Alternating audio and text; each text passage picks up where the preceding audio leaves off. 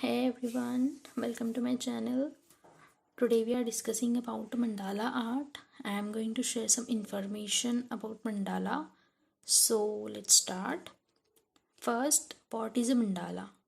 Mandala is a spiritual and ritual symbol in Asian cultures. Mandala is a Sanskrit word which means circle. इसका उच्चारण माँ mandala ऐसे भी किया जाता है. It can be understood in two different ways. First, externally as a visual representation of the universe, or internally as a guide for several practices that take place in many Asian traditions.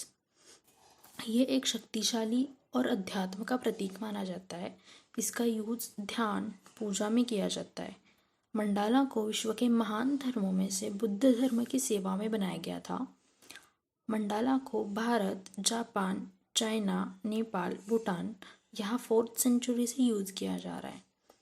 In Hinduism and Buddhism the belief is that bye entering the mandala and proceeding towards its centre you are guided through the cosmic process of transforming the universe from one of suffering into one of joy and happiness. मंडाला शांति का भी प्रतीक माना जाता है.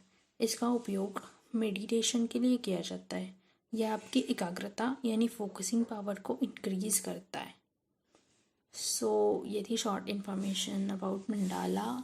हम आगे की वीडियोस में देखेंगे टाइप्स ऑफ मंडाला कैसे बनाते हैं. So hope you guys like this video. See you soon in next. Thank you.